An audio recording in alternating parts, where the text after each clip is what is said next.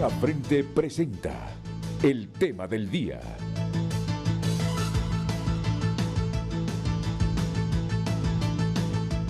Hola, muy buenos días, bienvenidos a Frente.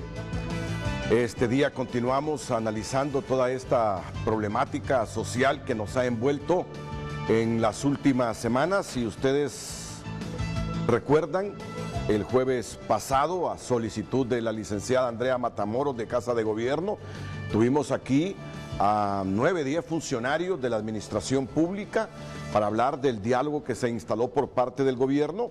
Creo que es justo que hoy conozcamos entonces este primer diálogo ciudadano alternativo que la plataforma está iniciando para probablemente converger en algunos puntos que nos lleven a la solución de esta crisis que ha afectado a los sistemas de educación y de salud. La palabra o las palabras como tal no son usuales. Primer diálogo ciudadano alternativo que trataremos hoy de desentrañar con nuestros panelistas y que tiene como finalidad diagnosticar la problemática que existen tanto en salud como en educación, hacer propuestas y luego veremos si estas son incorporadas por el gobierno o cómo será la mecánica, si la plataforma va al gobierno, si el gobierno va a la plataforma, pero así están las cosas, así están las cosas. Por un lado, el gobierno y algunos sectores dialogando, ahora comienza el diálogo en otros sectores y al final veremos, ojalá que sea pronto, coincidencias, estrategias, mecánicas que nos permitan como Estado solucionar estos serios conflictos que tenemos por la pésima calidad educativa, que no lo podemos negar, y además por el insuficiente y deteriorado servicio de prestación de salud pública. Son cosas que nadie puede negar en Honduras, que lo ha enfatizado la Iglesia Católica, que lo han enfatizado diversos sectores y que nos merecemos los hondureños poner alto a la ineficiencia y trabajar en función de tener mejores servicios en estas áreas que son fundamentales si soñamos con un país diferente. Tengo el privilegio de presentar a la presidenta del Colegio Médico de Honduras, la doctora Suyapa Figueroa. ¿Qué tal, doctora? ¿Cómo está? Bienvenida, Renato. Buenos días. Gracias. La abogada Floribeto Rodríguez es la asesora del Colegio Médico de Honduras, asesora legal. Abogada, bienvenida. Muchas gracias. Buenos días. Estamos a la espera del presidente del Colegio de Pedagogos, Edwin Hernández, y del presidente del Colegio de Odontólogos, Marco Garay. Bueno, estamos a la expectativa todos, doctora, de los alcances de este primer diálogo alternativo ciudadano, que no lo recuerdo en la historia reciente ni pasada del país, que es inédito. Así es, Renato, nunca antes se había propuesto un diálogo ciudadano alternativo.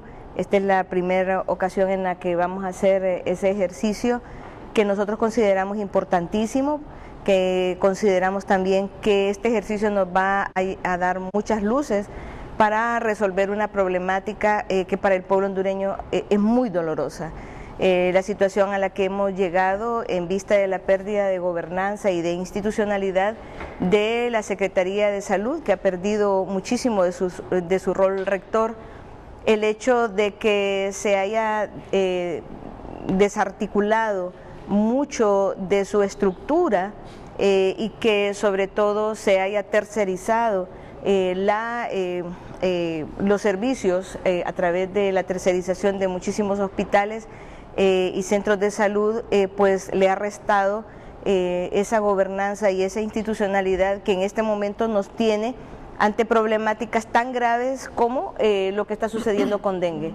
Lo que está sucediendo en este momento con esta enfermedad es justamente producto de ese desmontaje que se ha hecho, de ese descuido del rol que tiene la Secretaría de Salud, así como otras enfermedades que se han descuidado, como por ejemplo el hecho de que no hayamos tenido por más de 2 meses antituberculosos en el país. Esta es una situación gravísima, pero gravísima, y bueno, y muchas otras situaciones que se han dado que nosotros consideramos que son verdaderamente un problema. Bueno, tenemos 2 horas para desentrañar, para adentrarnos en lo que significa este primer diálogo ciudadano alternativo que contará con la presencia, entiendo, de personas extranjeras. Sí. Cuénteme de ello, por favor. Bueno, el diálogo, yo tal vez quisiera decir que las características de las personas convocadas es que haya tomadores de decisión, indudablemente, de ambos extremos. Por ejemplo, el hecho de que tengamos veedores, que tengamos esas personas que puedan también aportar los recursos técnicos para que esto sea exitoso. Y pues justamente tenemos ese perfil. Se va a hacer a través de mesas temáticas, tenemos más de 10 mesas temáticas en las cuales tenemos un coordinador de esa mesa, el personal técnico que va a aportar, que va a contribuir y va a estructurar las propuestas, tenemos un relator de cada una de las mesas. Quiero decirles que va a haber mesas incluso para establecer esos procesos, incluso de veeduría. Tenemos también invitados extranjeros, una costarricense, una persona costarricense, otra persona brasileña, el presidente de la Confemel que va también a venir. Y bueno, esos son los veedores extranjeros que tenemos. Tres. ¿Confemeles? Confederación Médica Latino-Iberoamericana, pero que también viene con la representación de Organización Médica Mundial. ¿El presidente o la presidenta? El presidente. El presidente. ¿La ciudadanía de él, el origen? Él es boliviano. Ah, es boliviano. Boliviano, y el presidente de la Confederación Médica, la Organización Médica Mundial es Leonid Simpson, que es israelita. 10 mesas. 10 mesas 10 mesas técnicas de trabajo. En salud y en educación habrán también las demás mesas técnicas de educación. Sin embargo, nosotros consideramos que la discusión de toda la temática tiene que ser conjunta. ¿Por qué? Porque como ciudadanos nosotros también de este lado podemos ver y opinar respecto a lo que se va a hacer en educación, y de igual manera educación puede también ver desde su óptica ciudadana lo que nosotros estamos proponiendo también, cómo recuperar y fortalecer el sistema de 10 salud. y 10 entonces. Sí. ¿Y los maestros tendrán también participantes del exterior? Sí, sí, ellos son los que traen a una persona de Costa Rica y una persona de Brasil. ¿Y aquí se trata, doctora, de elaborar diagnósticos o ya están elaborados diagnósticos? ¿De qué se trata en la profundidad de este primer diálogo ciudadano alternativo? Ok, al inicio lo que vamos a hacer es presentar el diagnóstico. Tenemos la participación de varios técnicos ya que tienen una visión de lo que ha sucedido dentro de la Secretaría de Salud, el estado en el que se encuentra cada uno de los programas, el estado en el que, por ejemplo, se ha distribuido presupuesto, por ejemplo, cómo ese presupuesto, por ejemplo, se ha desmembrado. Hay más de 2.500 millones que ya nos los está administrando la Secretaría de Salud y que están en diversas áreas, por ejemplo, despacho de primera dama. Hay otro que está en el CEDIS, que es la Secretaría de Inclusión Social, de Desarrollo e Inclusión Social, que maneja, por ejemplo, Ciudad Mujer, por ejemplo, y esa pérdida de gobernanza o digamos, de institucionalidad que le pertenecía o que debería pertenecer a la Secretaría de Salud, junto con sus presupuestos. Cómo se maneja desde otro rubro, por ejemplo, la cooperación externa, los fondos de cooperación externa que también son manejados en otro ente, y todo eso que nosotros consideramos que debe abordarse y que pues ese análisis nos debe llevar a que reordenemos, a que nuevamente la Secretaría vuelva a su rol de garante, como lo dice la Constitución, de la salud de la población hondureña. Es decir, en esta mesa se diagnostica y al mismo tiempo se propone. Se propone, sí. Van a haber técnicos que van a tener los insumos, por ejemplo, nos va a ayudar, por ejemplo, en una mesa, para poner un ejemplo, que va a estar FOSDE analizando el presupuesto, analizando cuáles pueden ser las líneas presupuestarias que nos pueden nutrir, por ejemplo, un fortalecimiento. También vamos a contar con CNA, quienes van a hacer una mesa especial también para determinar qué políticas deben cambiarse a fin de que nosotros garanticemos a la población que se puedan hacer las compras de una forma rápida, pero que sin embargo esas compras no pierdan la transparencia, la veeduría y los controles que deben también tener a fin de evitar o prevenir corrupción, que es el mal que consideramos nosotros en este momento nos tiene en una problemática enorme. Corrupción, creemos nosotros, es el tema fundamental en el deterioro de los sistemas, de todo el gobierno. Y creemos nosotros que con la contribución de CNA, una institución certificada, una institución de mucha credibilidad, vamos a poder nosotros pues tener un avance importantísimo en las propuestas a fin de que esa velocidad con la que se deben hacer algunas compras, por ejemplo ahorita que nos ocupa la problemática de dengue, debe ser pronta la respuesta, pero a su vez debe ser una respuesta con esos controles de veeduría y de confianza al momento de que se ejecuten. No sé si podemos tener acceso a los 10 ejes temáticos de igual número de mesas técnicas de trabajo, doctora. Bueno, nos hemos querido reservar no hay problema, no hay problema. Le digo, por ejemplo, le menciono un poco esto. Porque me llama la atención que usted menciona al FOSDE. FOSDE es una de las instituciones con más credibilidad en el análisis macroeconómico del país y estará en esas mesas técnicas de trabajo aportando elementos sobre la situación financiera de la Secretaría de Salud Pública.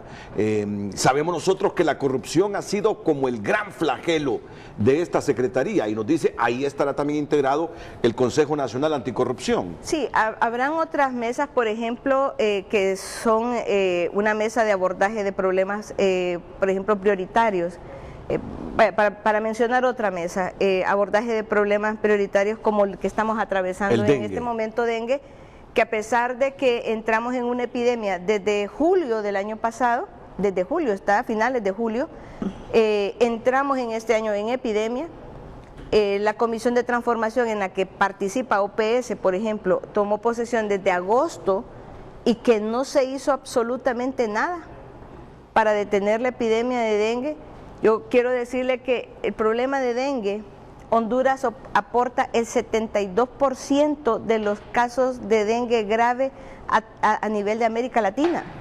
72%, es una situación gravísima.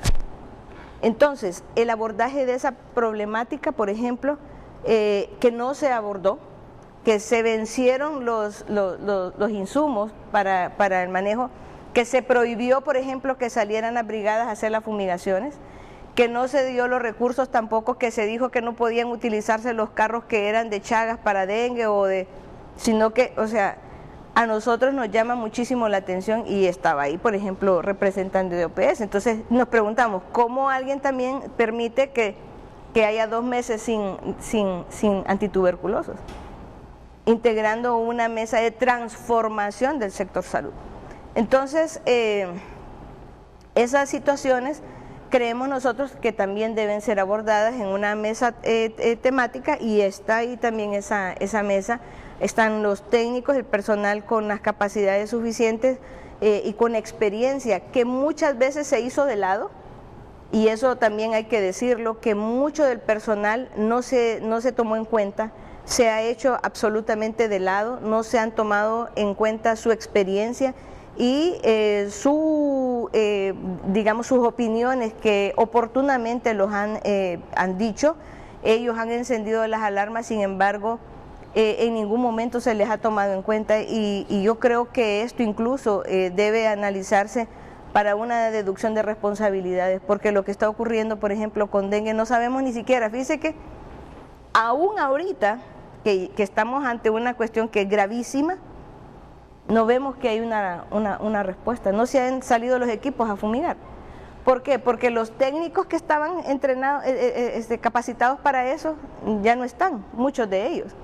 Se perdió el entomólogo. El año pasado la Secretaría tenía un entomólogo que ante que la falta de contratación y la falta de pago, mejor decidió irse de la Secretaría de Salud.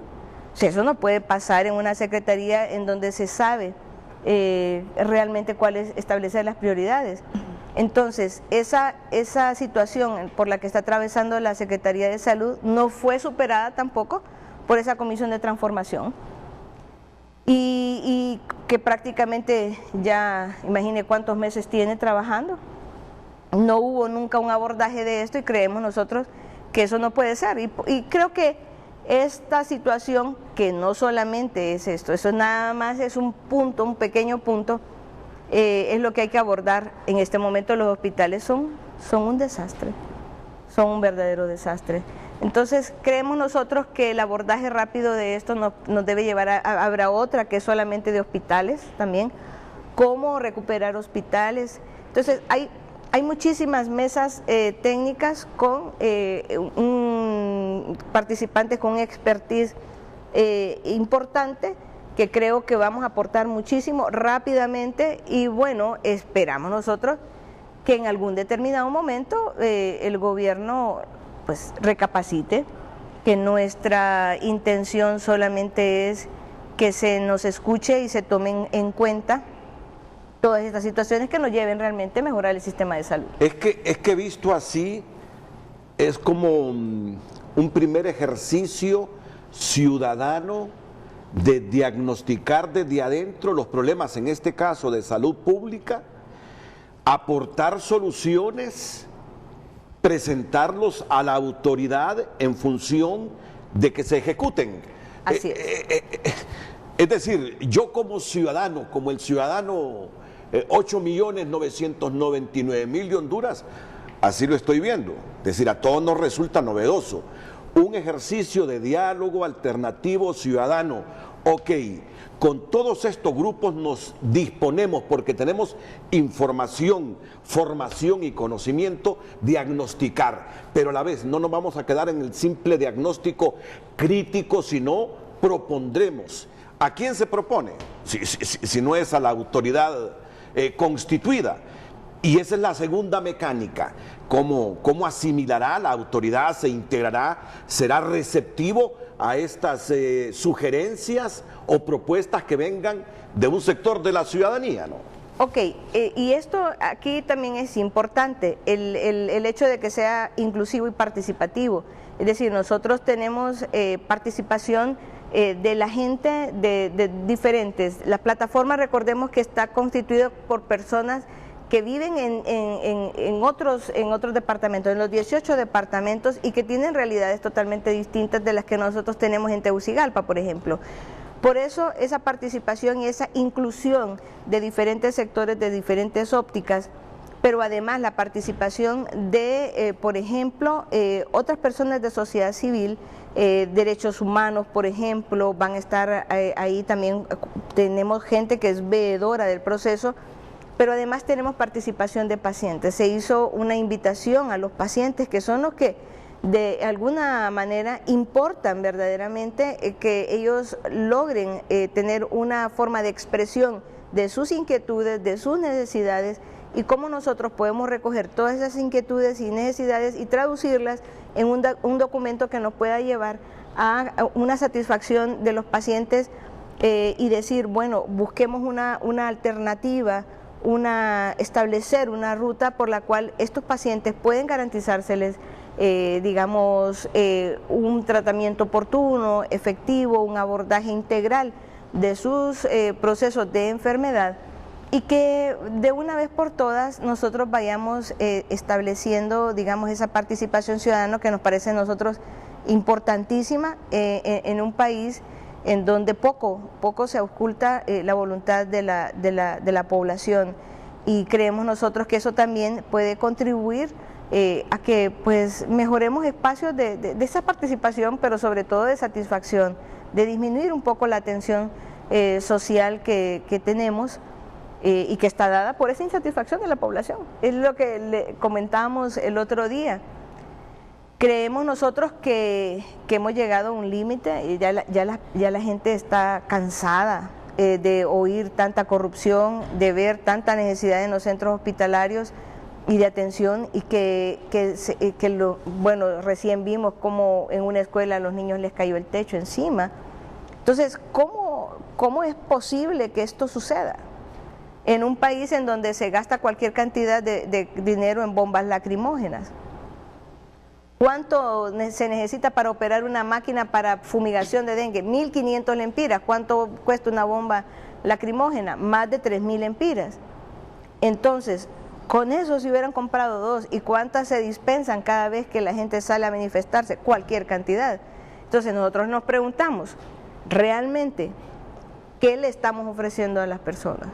De repente, si las personas no se sintieran enfermas y no se sintieran desatendidas en los centros hospitalarios, y los niños encontraran satisfacción en las escuelas, ¿cuánto podríamos hacer en una escuela ofreciendo una merienda escolar, por ejemplo, una atención de un programa de prevención oral, por ejemplo, que nos parece tan importante, y que nosotros le demos alternativas a la juventud, espacios de participación? Por ejemplo, en esas mesas temáticas, para nosotros la participación de los jóvenes es fundamental. Tenemos que propender también a que en esos espacios ellos puedan expresar realmente cómo sienten que es la educación de pregrado, por ejemplo, en medicina. Que abordemos la pérdida de los espacios físicos en los hospitales en vista de que se ha desplazado a los estudiantes de la Universidad Nacional Autónoma para darle oportunidad a universidades privadas, que, dicho sea de paso, cuando se formaron ellos tenían la obligación de construir un hospital en donde poder hacer la práctica. Pero ante la falta de cumplimiento de esa normativa, ahora nuestros estudiantes de la Universidad Nacional pierden los espacios y son desplazados por completo prácticamente de lugares de hospitales como el Hospital de Santa Rosa, en donde ya ellos, que era un hospital excelente para hacer práctica, de los médicos internos de la Universidad Nacional, prácticamente fueron desplazados y ya ellos no tienen opción para entrar a ese hospital. Entonces, ¿cómo es posible que pase todo esto? Entonces, ahí es donde nosotros vemos el deterioro del acceso a lo público para favorecer a lo privado, y siempre lo privado tiene una ventaja enorme con respecto a lo público en lo que a derecho se refiere. Entonces, para nosotros, o cómo se le ponen cupos a la Universidad Nacional Autónoma y no se le ponen cupos a las universidades privadas, por ejemplo. Ahí usted ve que a la intencionalidad del deterioro de lo público va siempre, precede siempre a la oportunidad de apertura de algo privado, en donde indudablemente nos deja a las personas que no tienen los recursos suficientes para pagar una universidad privada, entonces nos deja a lo público muy por debajo de la expectativa que pudiera tener la población, siendo que la población pobre es el 69%, entonces quiere decir que deberíamos tener en esa magnitud los cupos para que la gente pobre pueda acceder a la educación pública, y más bien en ese otro casi 31%, entonces las privadas. Que si fuéramos justos, así debería ser. Pero aquí no, aquí vamos a tener 300 cupos para la pública y cualquier cantidad para las privadas, porque se ha convertido en un negocio. Hoy comienza el diálogo. El día de mañana comienza. O mañana martes. Hoy seguimos trabajando en esas mesas temáticas que consideramos nosotros que va a ser interesantísimo. ¿Y se han puesto un techo para finalizarlo? ¿Cuánto tiempo durará este diálogo alternativo ciudadano? Ok, vamos a ir por etapas. La primera etapa es la etapa del diagnóstico, de obtener los insumos necesarios para poder empezar a hacer ese análisis, y luego pues nosotros consideramos que pronto vamos a tener algunos, porque recordemos que por ejemplo ya hay trabajo adelantado, y lo que sucede es que esas oportunidades o esas situaciones en las que se ha advertido mucha problemática y cómo recuperarla nunca fue tomada en cuenta. Entonces ya eso, hay un trabajo adelantado y nosotros creemos que rápidamente podemos obtener ya los primeros insumos que nos lleven al fortalecimiento del sistema de salud y educación. Como les decía, acompaña a la presidenta del Colegio Médico de Honduras, Suyapa Figueroa, la abogada Floribet Rodríguez, que es la asesora legal del Colegio Médico, y nos aporta más detalles sobre este diálogo, abogada, que comienza este martes. Muy buenos días, Renato. Es importante, me llamó mucho la atención la introducción que usted hizo al programa. Y usted dijo, esto es algo inédito, es una nueva forma de diálogo. El diálogo social puede tomar muchas formas, depende el tipo de gobernanza que se tenga en cada estado. Efectivamente, este es un diálogo alternativo. Muy rara vez los diálogos son propuestos por la ciudadanía.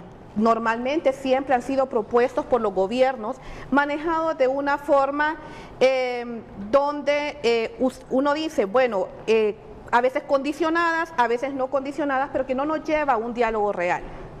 En este momento, pues el Colegio Médico, a través de la plataforma, está proponiendo una nueva forma de diálogo social. Diálogo social que pueda tener los tres elementos fundamentales y los principios fundamentales del diálogo.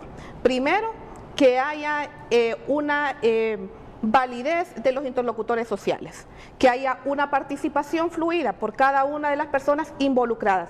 ¿Quiénes son los involucrados? Como decía la doctora Suyapa, desde el enfermo hasta las personas que la toma de decisiones, ¿verdad? Segundo, en todo proceso de diálogo social también tiene que haber un aspecto de rendición de cuentas. Es importante de que al final de cada proceso haya una rendición de cuentas, que el Estado o las partes intervinientes rindan cuenta de cuál es la forma correcta de que se debe de manejar los recursos. Y tercero es la apropiación democrática. ¿A qué le llamamos apropiación democrática? Es a lo que planteaba la doctora Suyapa, ¿verdad? Que cada una de las partes puedan dar a conocer los conocimientos que tiene y puedan aportar. Es importante de que esos interlocutores tengan el conocimiento correcto, pero también tengan la legitimidad correcta para participar en los espacios de diálogo. Algunos me preguntan, sí, pero ¿qué tipo de legitimidad?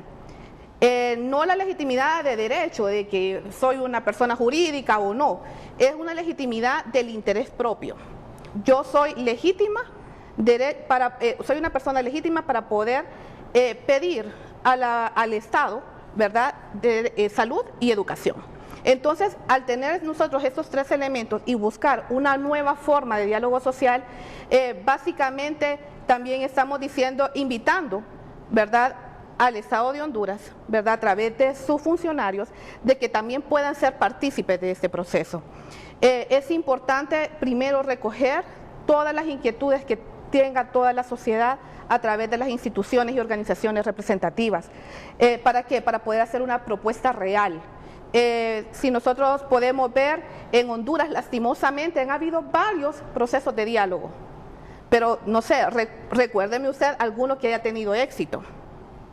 Hemos tenido la oportunidad de trabajar con el CES, el Consejo Económico Social, donde ha sido la instancia donde más se puede haber intercambiado procesos de diálogo, pero realmente cuando no se tiene una intencionalidad real de la solución de los problemas, cuando no hay un desapego a los intereses personales o particulares y cuando realmente no hay una apropiación democrática o gubernamental por parte de los actores sociales, es bien difícil llegar a tener resultados concretos en un proceso de diálogo.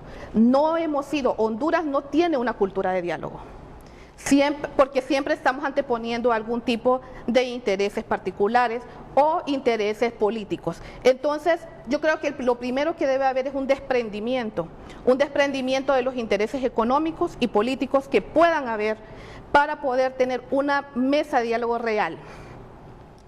¿Qué se está traduciendo? Como dice la doctora, han habido muchas propuestas. La crisis, estamos llegando a un diálogo por una crisis. ¿Y por qué llevamos a esa crisis? Por falta de diálogo. Si nosotros hubiéramos tenido esa particularidad, ese proceso de diálogo primario, participativo, incluyente, no estuviéramos afrontando los problemas que estamos afrontando ahora. A veces nos decimos, entonces, ¿cuál es el proceso? ¿Cuál es el tipo de gobernanza que tiene Honduras? porque la gobernanza es la interlocución entre el gobernante y el gobernado. Pero si nosotros no tenemos esos espacios de diálogo, lo que pasa, llegamos a un estado de ingobernabilidad, ¿verdad? Todo esto se ha desatado, como le decía anteriormente, por falta de diálogo.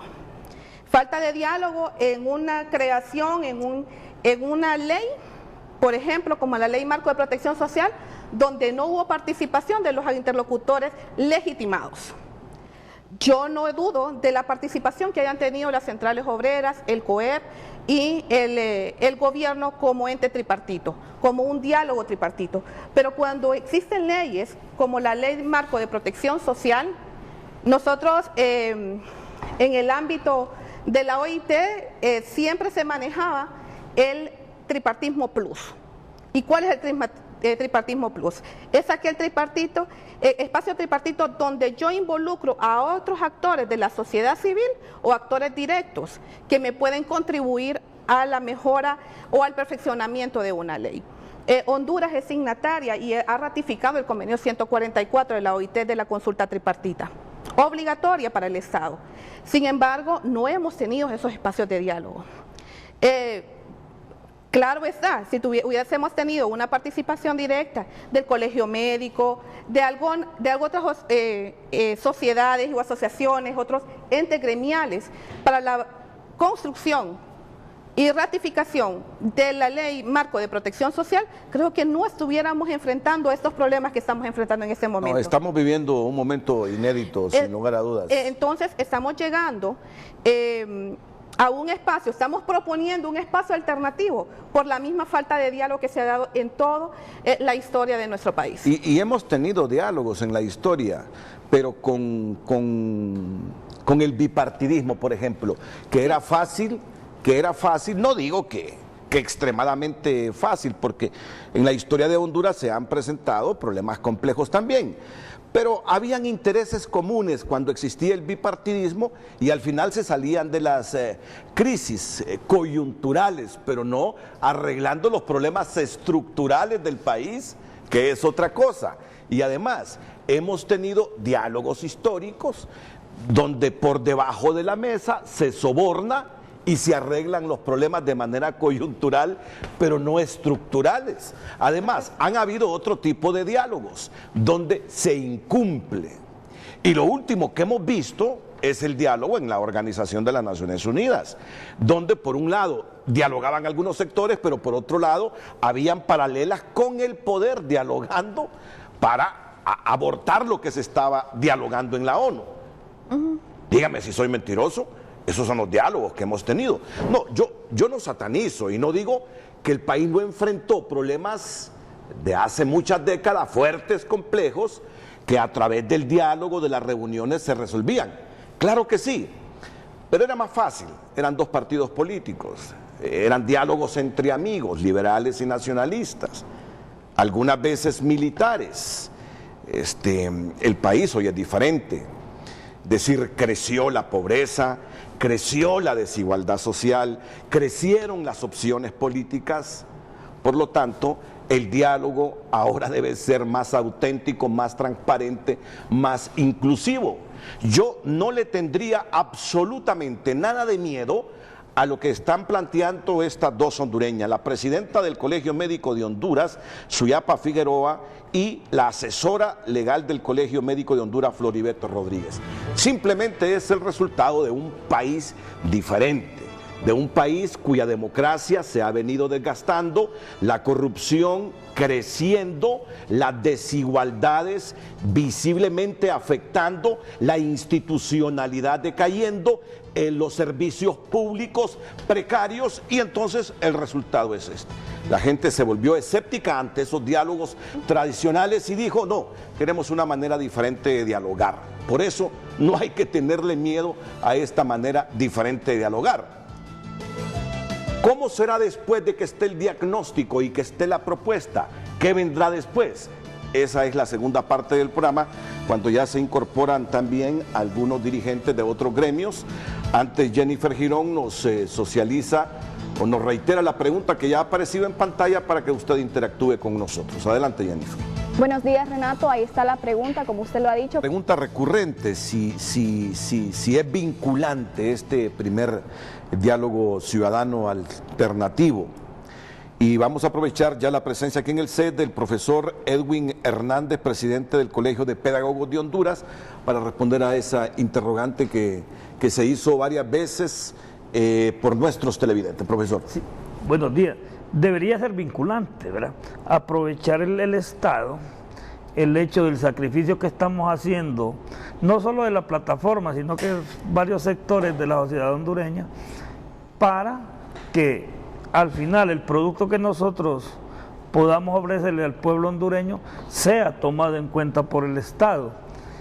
Porque igual va a haber una idea ahí de que lo que se está haciendo solo es por ponerle una paralela al Estado, y no ese es el objetivo. El objetivo es que desde los verdaderos actores del hecho educativo y del hecho de salud salga un verdadero análisis de las necesidades y prioridades que hay tanto en el sistema de salud como el de educación, y que lo retomase el Estado y que lo pusiera en práctica.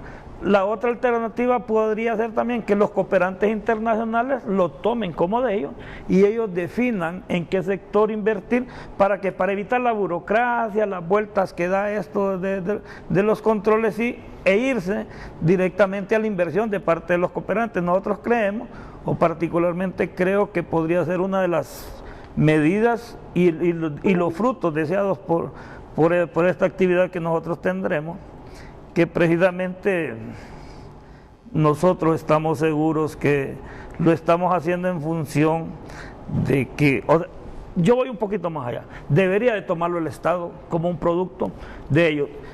La consultoría más barata que tendría el Estado sería esta, y que la retome y pueda hacer uso de ella. Pues. Me parece un escenario que no lo había pensado, me parece un escenario importantísimo.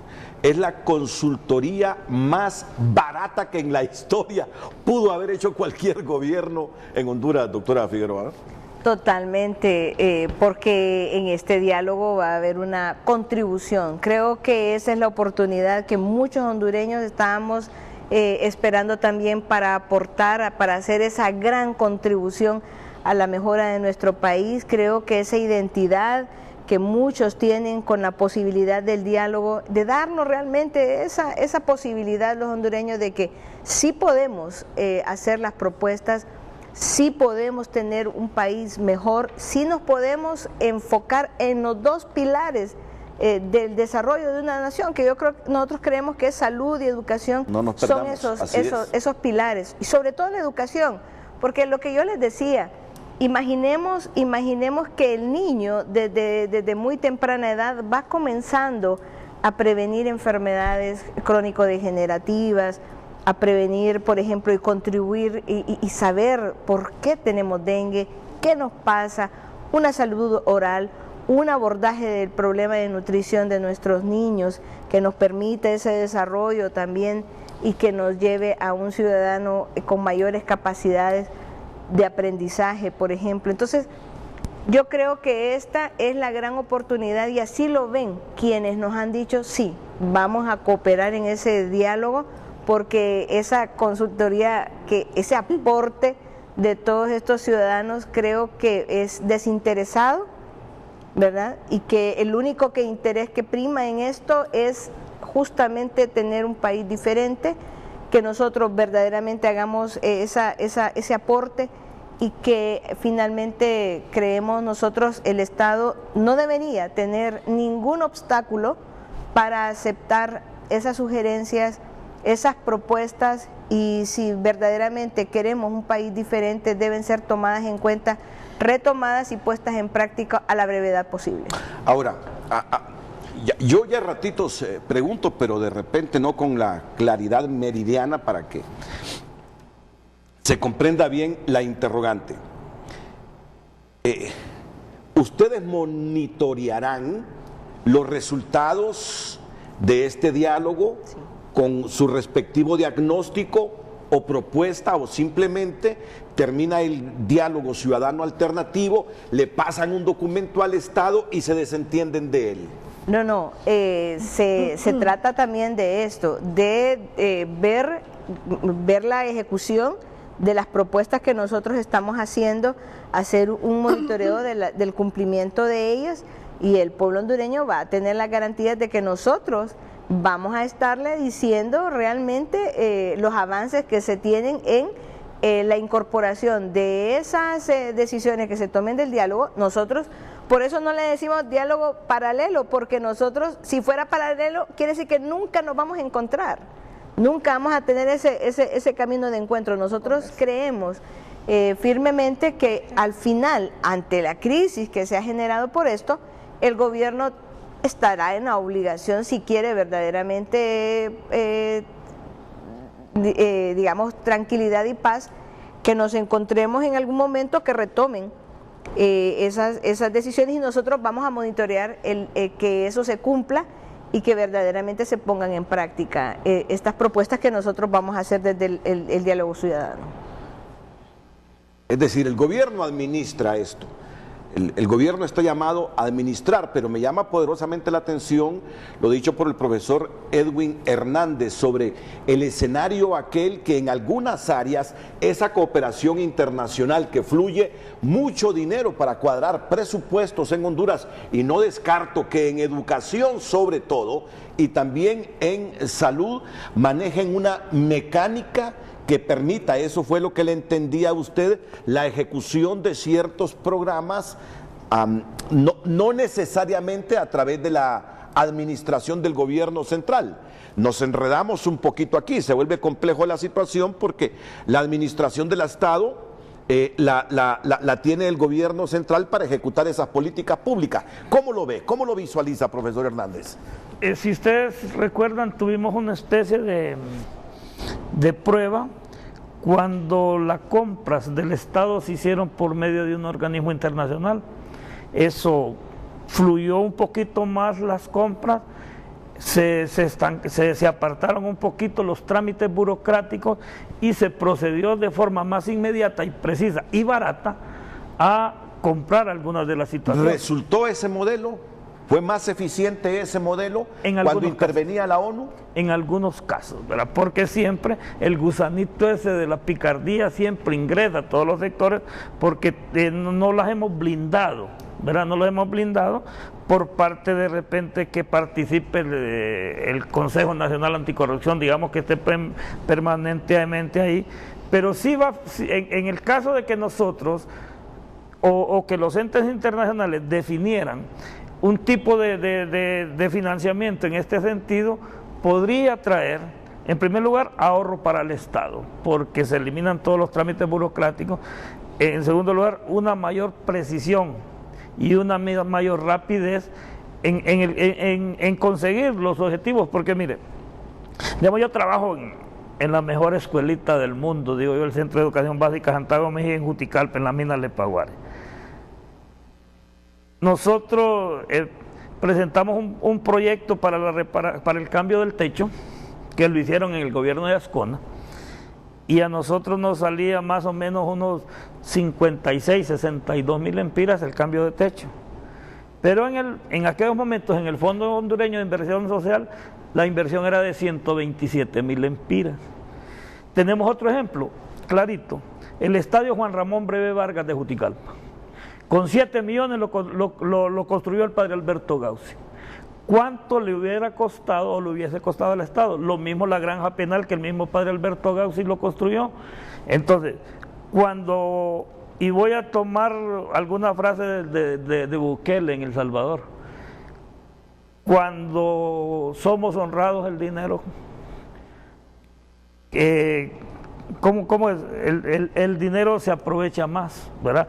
O sea, entonces, si fuese así, si recibiéramos y recepcionáramos lo que nosotros estamos trabajando, porque lo importante de esto, don Renato, es que son diagnósticos territoriales. A nosotros nos puede venir el diagnóstico del jardín de niños, de la más larga aldea del país, o de la escuelita, del centro educativo y en general. Y esos diagnósticos van a ir llegando a los municipios, a los departamentos y a nivel nacional. Yo creo que va a ser el mejor diagnóstico que puede tener el Estado en ese sentido. Y aprovecharlo porque desde allá va a venir las necesidades de cada uno. Igual los centros de salud. Yo me atiendo en el centro de salud de las Minas de Paguare. Ahí voy cada vez que me enfermo. ¿Y qué sucede? Pero tengo que venir con la receta para el pueblo. Porque allá solo me hace el diagnóstico la doctora. Y hasta ahí nomás llegó. Entonces, si hubiera una mejor supervisión, yo creo que las cosas serían mejor. Y yo me voy un poquito más sin conocer mucho de salud. Si hubiera habido una campaña propagandística en primer lugar, haciéndonos conciencia de que lavemos las pilas, que botemos las llantas, que las chapitas y toda de la propaganda, y después hubiera venido una eficaz fumigación en los tiempos, porque nos estaban diciendo la doctora ayer, fumigan los de Código Verde, fumigan a las 11, a las 12, a la 1, que en ese momento el vector está como descansando, anda como en la playa, entonces no sale a quién van a matar entonces, a quién van a exterminar entonces. Que todas las cosas se hagan con conciencia, pues, digamos, si vamos a contratar gente por cuestiones políticas para decir algo, pero entrenemos la idea, miren, su trabajo es de tal hora a tal hora, y todas las situaciones que tienen que darse y que nosotros, como buenos ciudadanos, porque yo me considero un buen ciudadano, le vamos a aportar al Estado en este diálogo. Mire, cuando yo los escucho hablar, pienso que este grupo de ciudadanos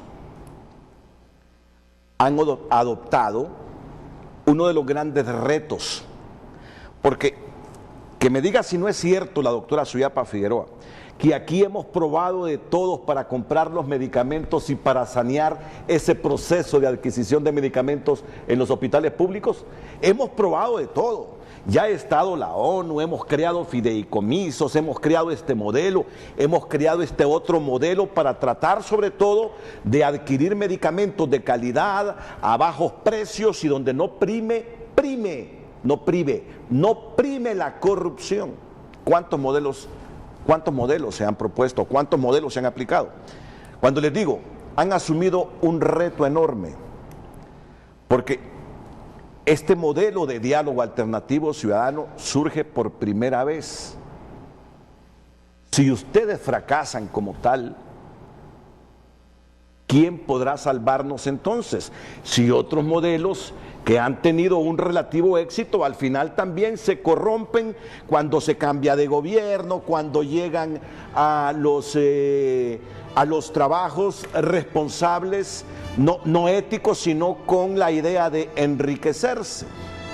Es decir, ahora, si esto surge de la población, están obligados a presentar modelos alternativos diferentes que realmente se conviertan en un éxito tanto en educación como salud. Es decir, el reto de ustedes es enorme, doctora Figueroa, abogada Floribeto Rodríguez, profesor Edwin Hernández y de toda la gente que desde hace algunas semanas está involucrado en ver transformado educación y salud.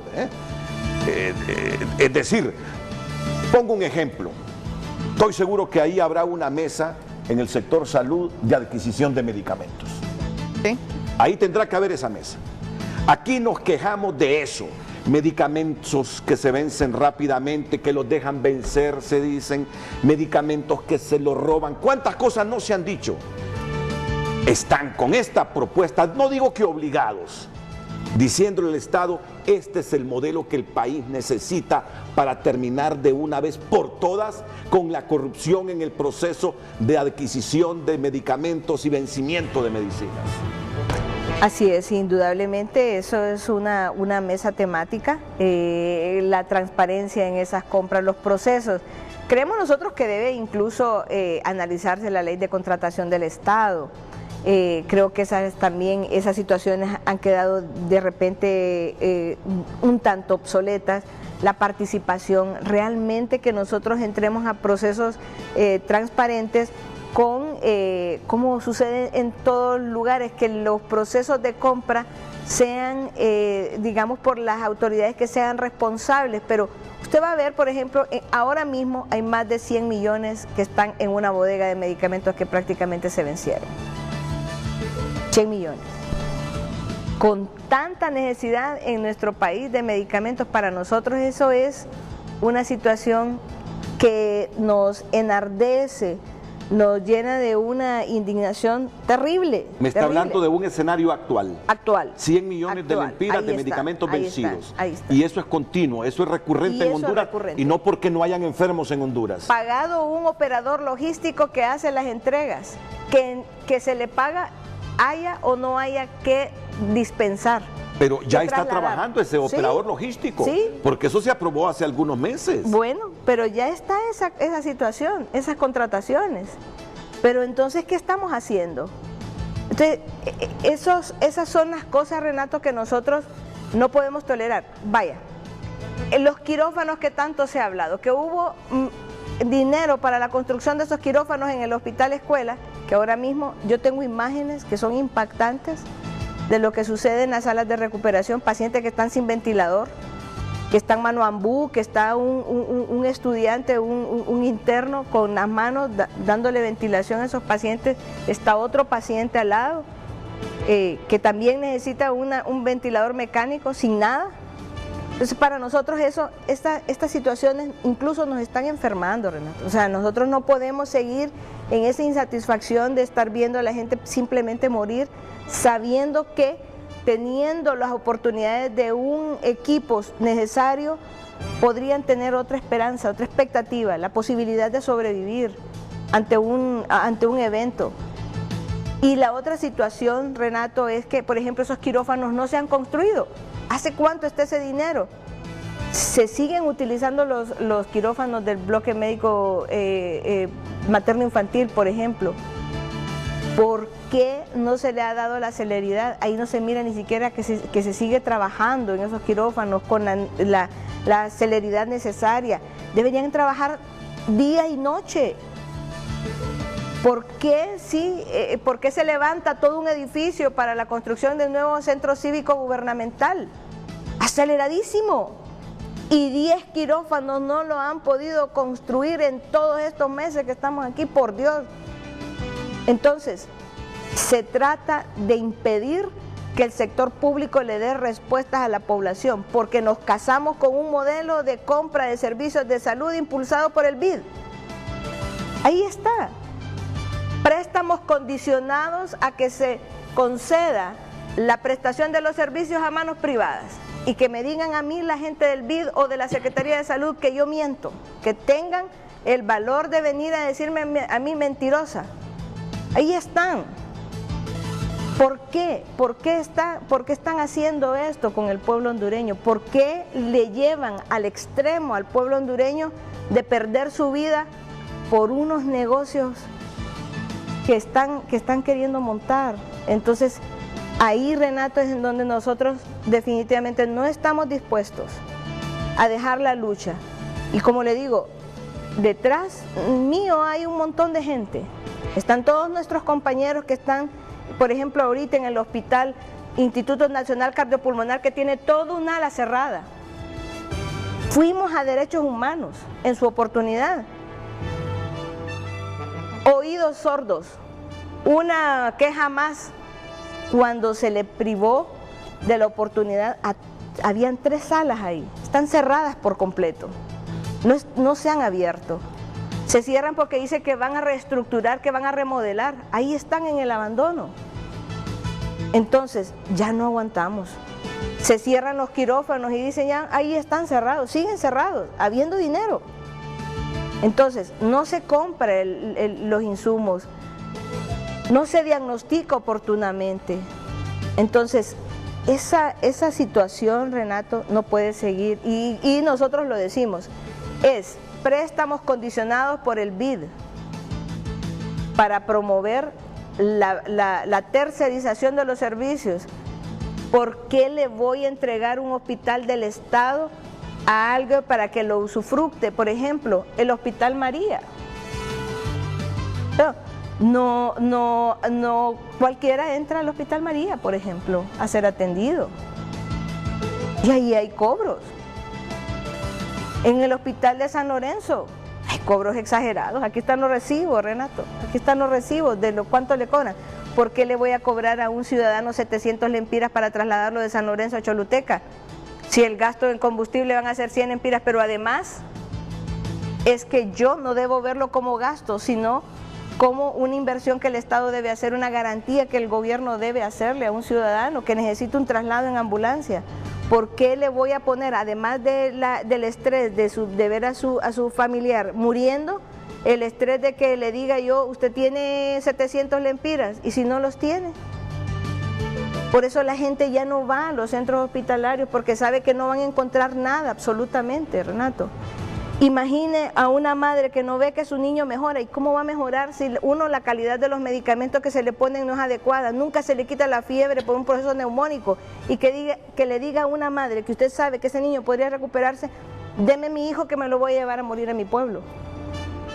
Esos medicamentos que no son de buena calidad es parte del proceso degenerativo de corrupción en el sistema. Así es, Pero se supone que tenemos un colegio químico farmacéutico, se supone que se examina la calidad de los medicamentos que compra el Estado. No todos son examinados, y esa es la problemática. Fíjese que ahora, con esta cuestión de la ley del ARSA también, ya se quitó esa sabiduría que tenía el colegio químico farmacéutico.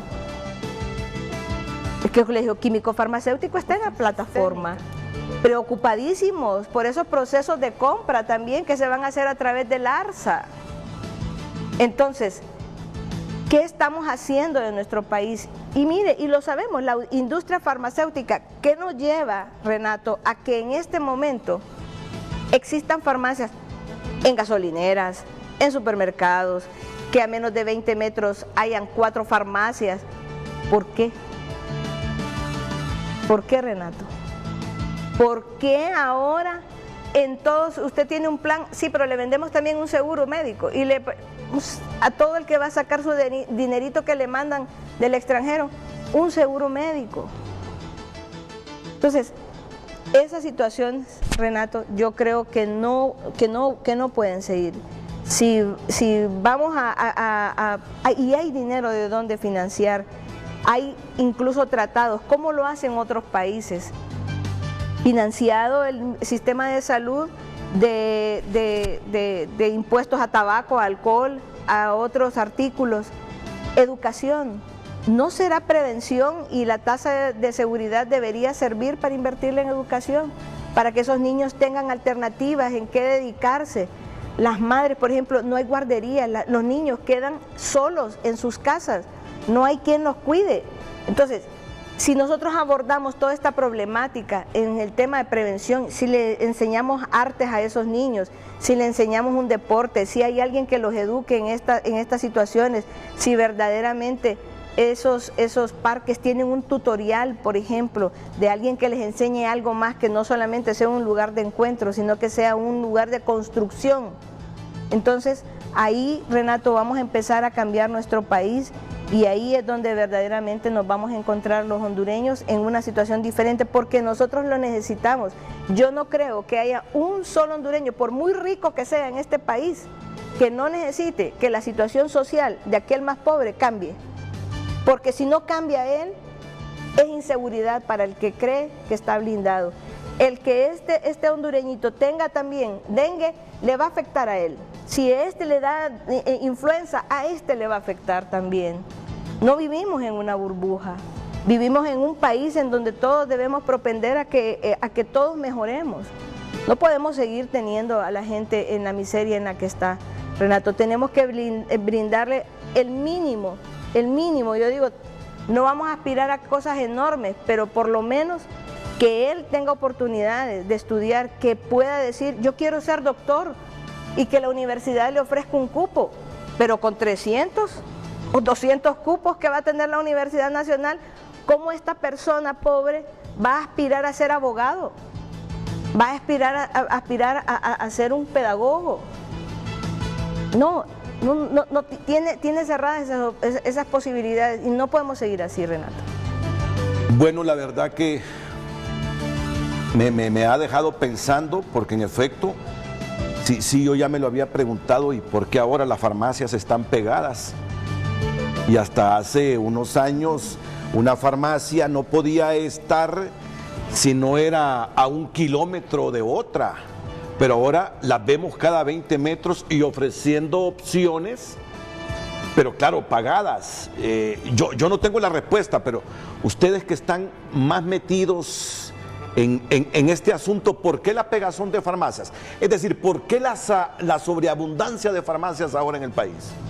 Bueno, porque justamente en esos planes de aseguramiento que van a hacer, cada uno de nosotros en la medida de nuestras posibilidades va a tener que pagar un aseguramiento. Y ahí lo dice la Ley Marco de Protección Social, lo dice claramente, claramente. Usted con sus posibilidades va a tener que pagar un aseguramiento, de hecho ya lo paga, pero lo pagamos, yo lo pago, probablemente ustedes lo paguen. Pero en un país en donde el 69% de la población es pobre, un país en donde no hay los suficientes recursos, ¿lo van a poder pagar? O el Estado le va a decir a cada hondureño el menú de posibilidades que le va a atender. Si se sale de esto, usted va a tener que ver cómo se lo puede financiar. Y si no puede financiar, al igual que está sucediendo en este momento, se muere. Si usted no tiene dinero para comprar los antibióticos, los medicamentos o los insumos, no se opera, no se recupera su salud y usted se muere. Eso está sucediendo en este momento en el sistema de salud. Entonces, ¿por qué nos va a extrañar que a la gente después se le diga, como se le dijo en Colombia, o en otros lugares en donde se han impuesto estos modelos, que ni modo, no tiene dinero, pues vaya aquí, vaya allá, vaya y se muere en el último lugar en donde le negaron la atención? En otras palabras, lo que entiendo y trato de decirlo de la manera más simple, me dice si estoy equivocado, sin demeritar a los inversionistas, a los que generan empleo en el país, porque también es básico generar empleo en Honduras, pero así como convertimos la electricidad en uno de los mejores negocios, no podemos convertir a la salud en el otro mejor negocio, en un pueblo donde la mayor parte es pobre y no puede financiar su salud. Miren las quejas que hay con la electricidad. Vamos a ver si me doy a entender mejor antes de la pausa. No puede ser que en la precariedad que vive el pueblo hondureño, y miren que con la energía eléctrica se queja todo mundo, hasta los mismos ricos se quejan de lo caro y que nos vuelve un estado que no es competitivo por lo cara que es la luz. ¿Cuánta gente con muchos ingresos? Yo he escuchado diciendo, es increíble cómo un grupito de personas, y yo no quiero satanizar a los que invierten, pero quiero dar a conocer un problema que lo dice todo el mundo. Un grupito de personas se hacen millonarios en función de esos altos precios de la energía que está matando la competitividad de Honduras y generando tristeza en la población. Lo que yo entiendo de la presidenta del Colegio Médico que me dice, en un país con la precariedad y con la pobreza, como es Honduras, de su gente, no puede ser que la salud se convierta en el otro gran negocio como la energía eléctrica. Miren, yo no sé el desenlace de esto que ustedes han iniciado con este modelo ciudadano alternativo de diálogo. No sé el desenlace, pero sí digo que el país está a las puertas de crear modelos diferentes para que el Estado de Honduras se vuelva más humano. Y no hay por qué discutirlo, por qué rebatirlo.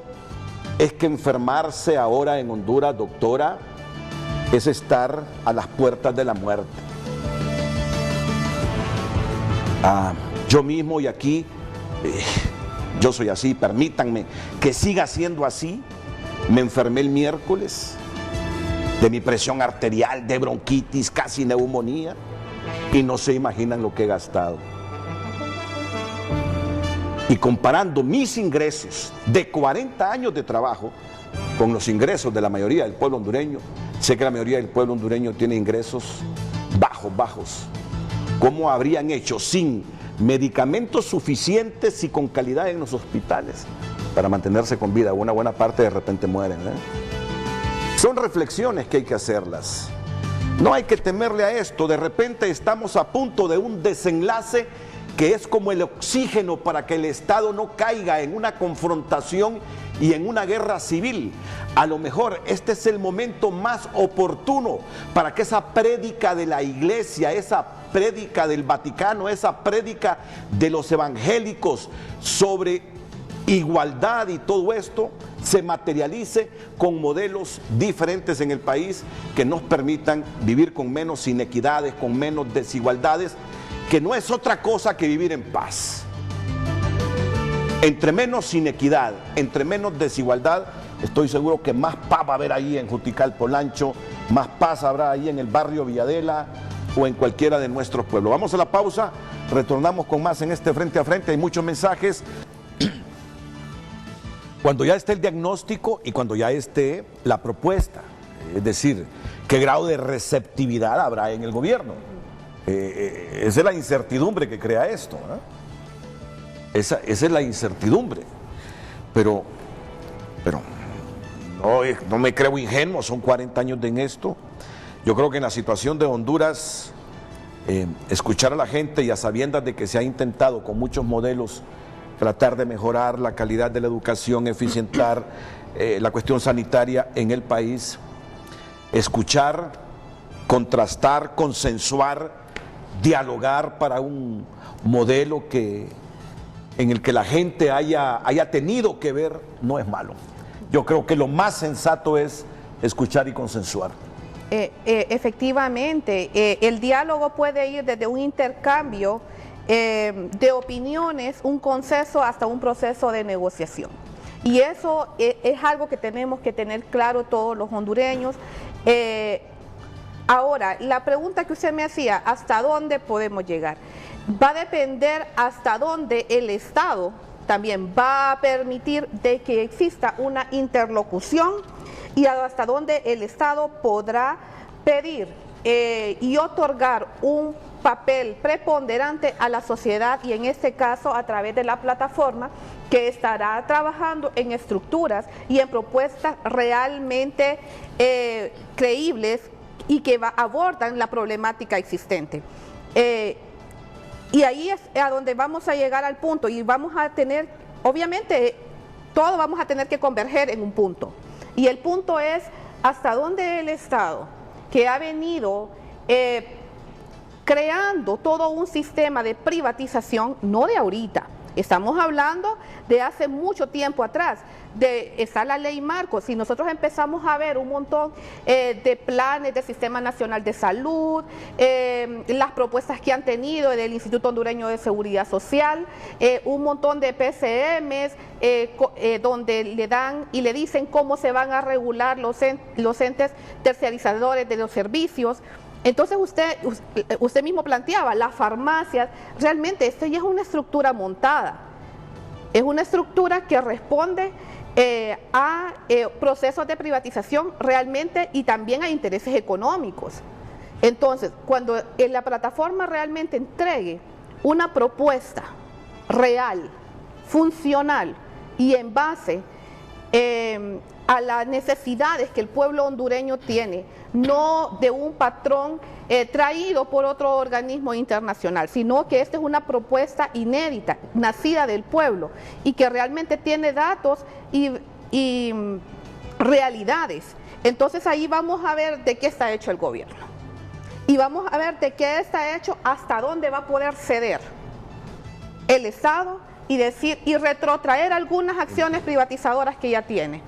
Porque realmente lo que llevamos es una propuesta de mejora del sistema de salud, de mejora del sistema de educación, pero ellos ya también, y tenemos que, no podemos ser ingenuos, ellos ya también tienen un sistema que han venido trabajando y que a través de los PCM, de los decretos en Consejo de Ministros, han venido legislando, creando estructuras, cediendo a fundaciones y a otras estructuras los presupuestos de la República en educación y en salud.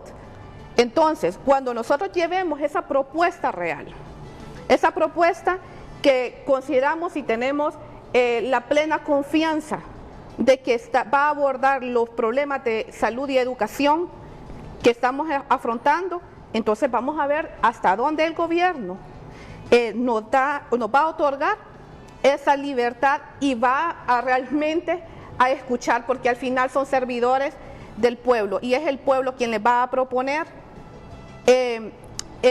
pues las soluciones a los problemas.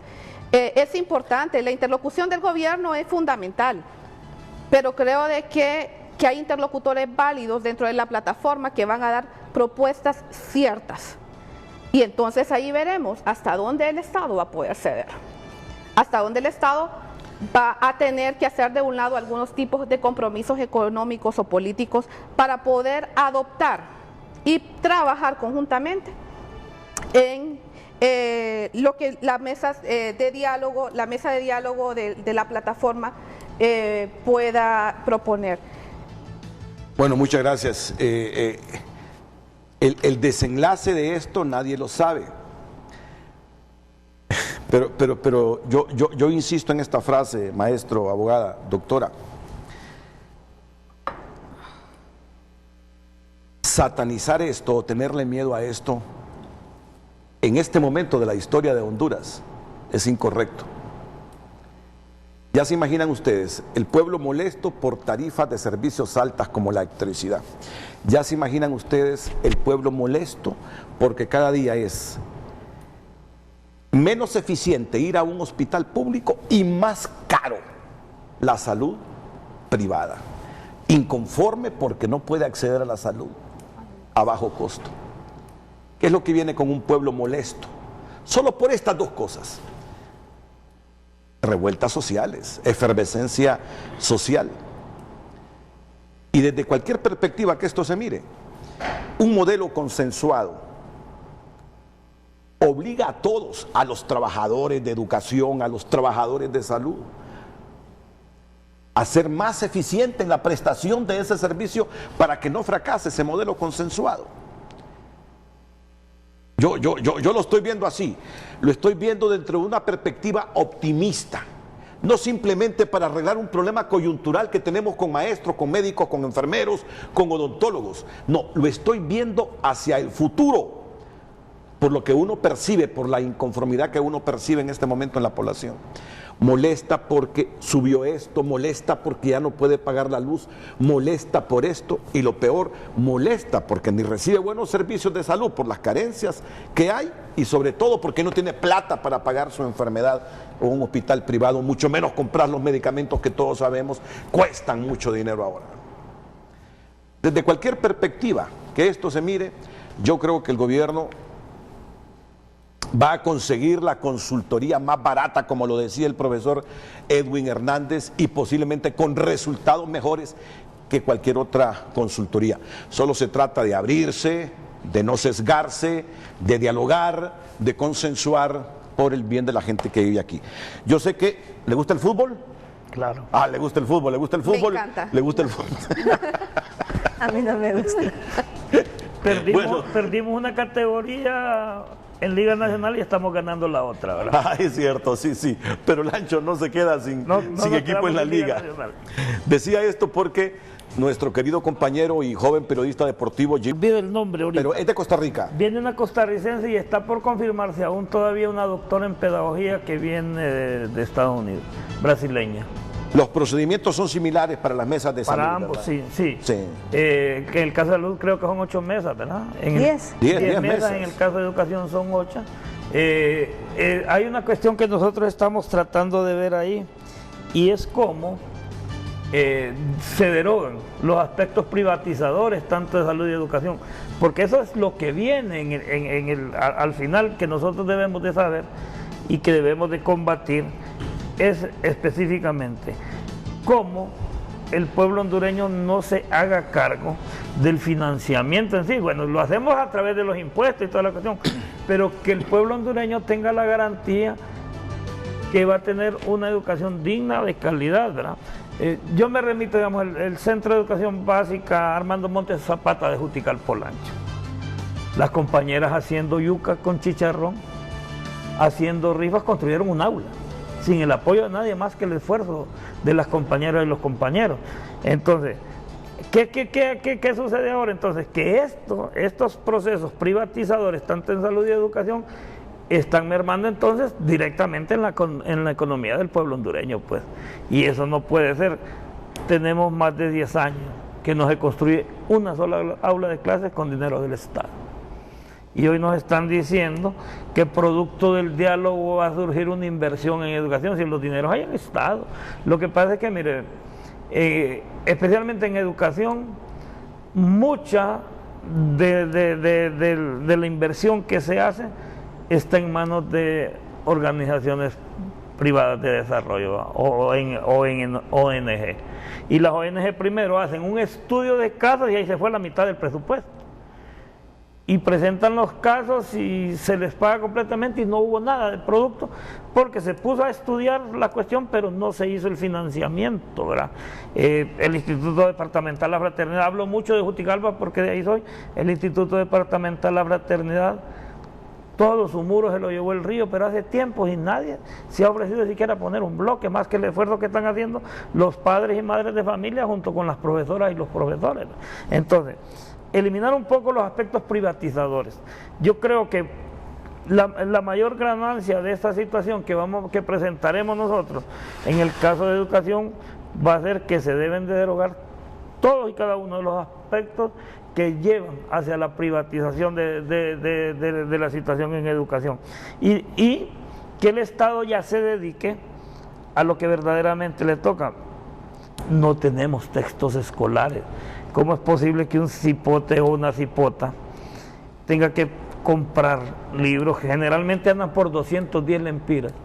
Lleva 10 clases, deja 10 clases en 8. Tienen que usar libros de texto.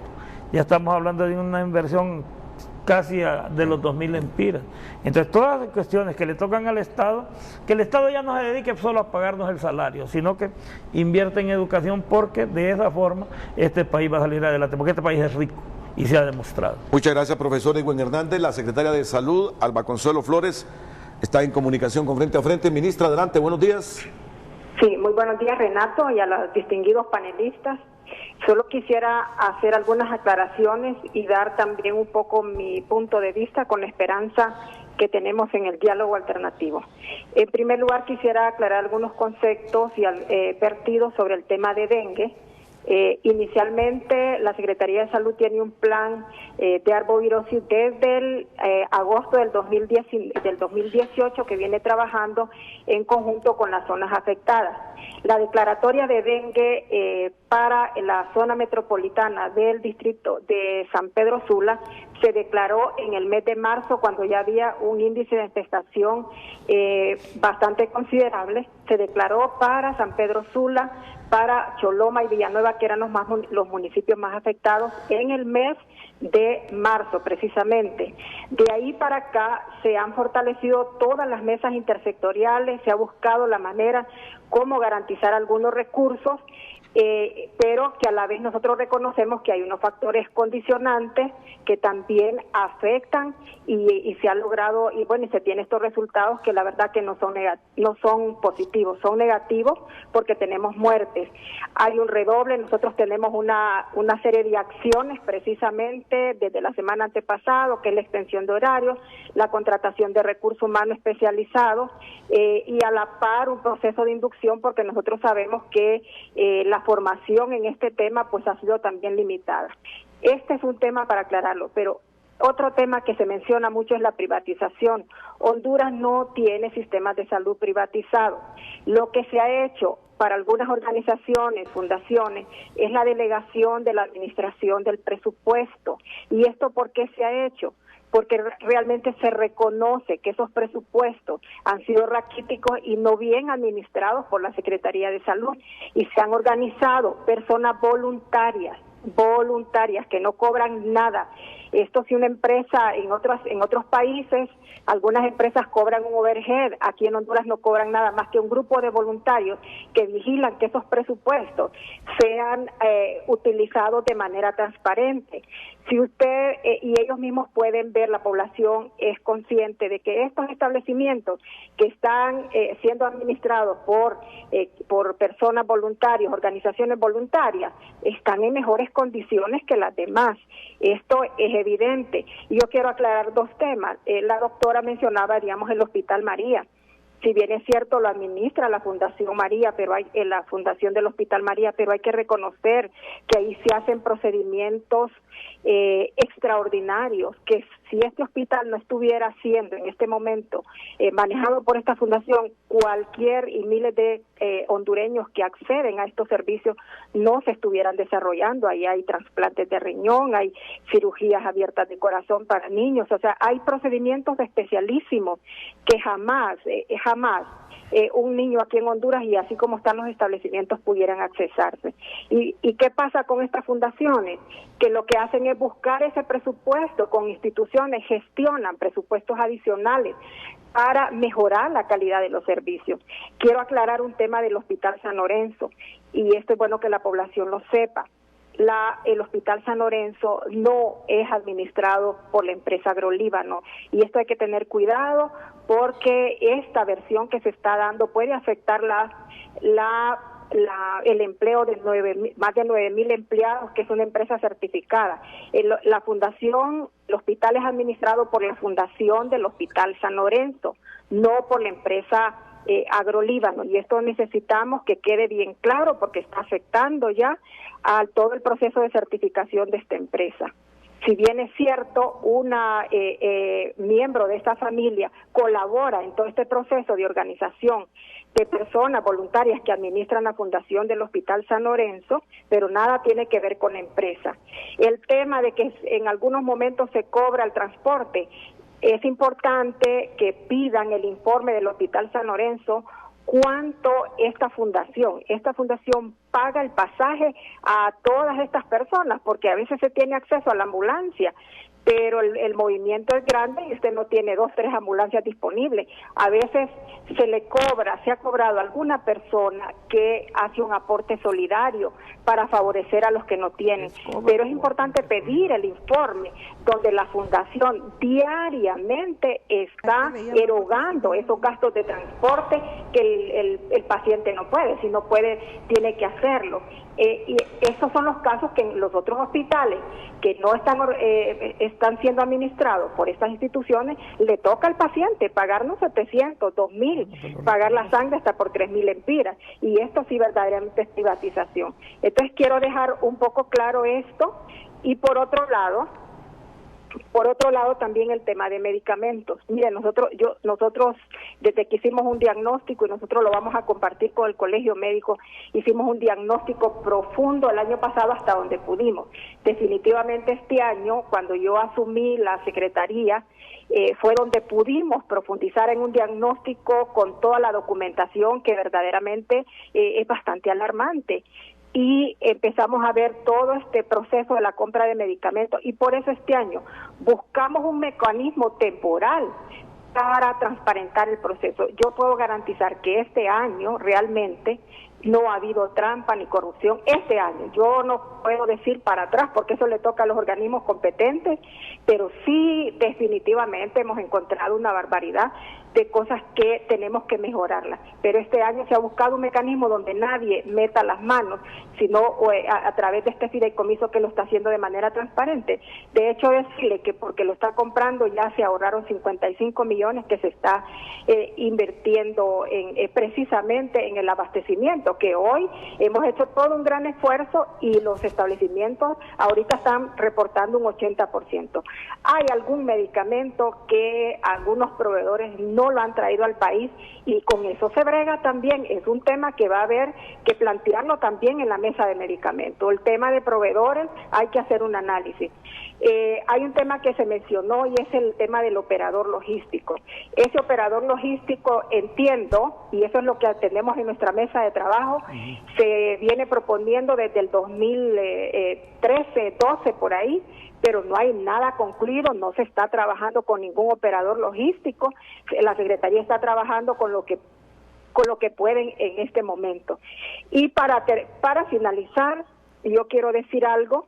Estamos completamente de acuerdo en una cantidad de temas que ha mencionado ahí la doctora Suyapa con la abogada. Yo creo que todos coincidimos en que hay que mejorar una cantidad de acciones y que realmente no es tan fácil, pero que si unimos esfuerzos, me ha llamado la atención.